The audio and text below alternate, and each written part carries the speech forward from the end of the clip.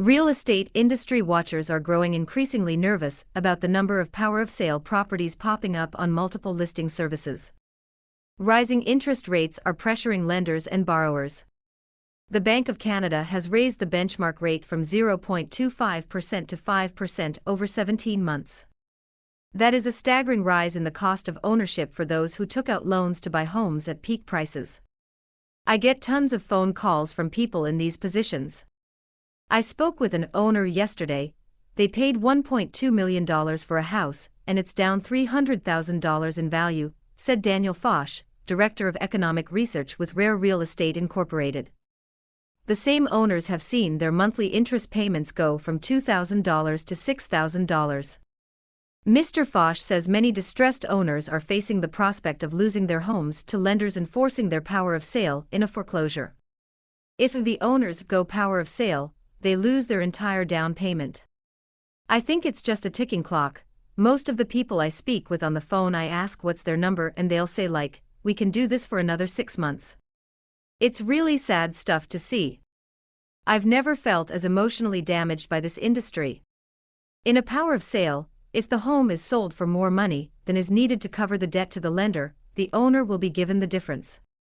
But the owner will be evicted and their home sold without their say-so.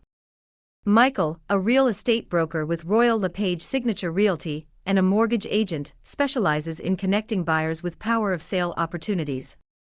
He has developed search techniques to identify listings that, while not clearly labeled power of sale, often turn out to be just that after a little digging.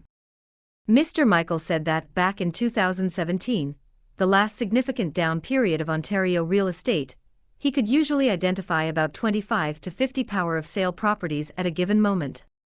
Now, in early September 2023, there are more than 140 active power of sale listings in Mr. Michael's database.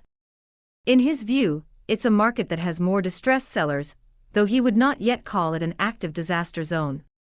From what I understand, banks and lenders are doing what they can to make arrangements where the borrower will not go into default, Mr. Michael said.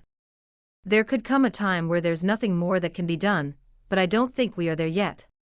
The vast majority of the properties identified by Mr. Michael are not the kind of nightmare scenario bank sales seen in the U.S. after the subprime mortgage bubble popped in 2009.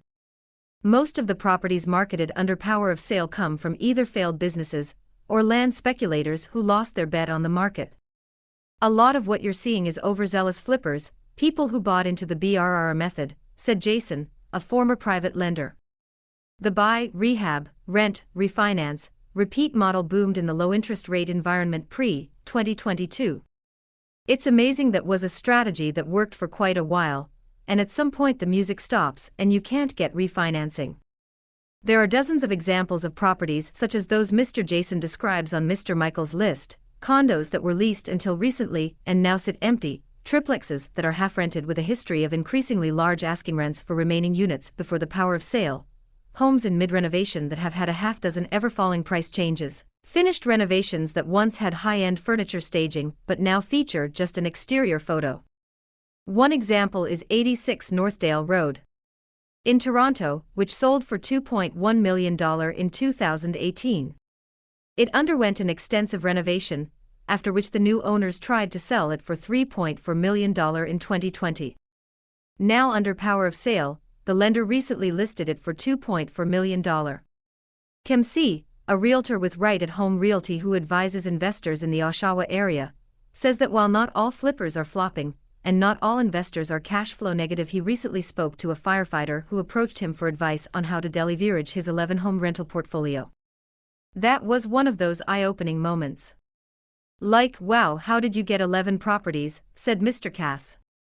He often sees rookie investors who bought properties where rents were unable to cover the costs of the loans when rates were low, let alone now. They would keep their properties if they were cash flow neutral. The firefighter, he's not fire sailing everything, he's trying to hang on and not admit I messed up. Mr. Giel is increasingly spotting properties under power of sale that appear to be a family home where the owner ran out of money. I think there's a lot of people that are starting to feel it, he said.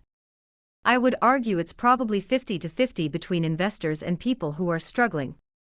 A search of Mr. Michael's list found more than a dozen homes purchased in recent years, often on the edges of the Greater Toronto Area, that saw the wildest price swings between 2019 and 2023 that are sold as is, whereas a sure sign of a recent eviction. For owners facing that possibility, Mr. Foch has empathy, but not a lot of advice. Call your lender is the only person who can fix this for you, he said. A lot of people call me a fearmonger, but the truth is just pretty scary right now. Repeating. It is pretty scary. Indeed.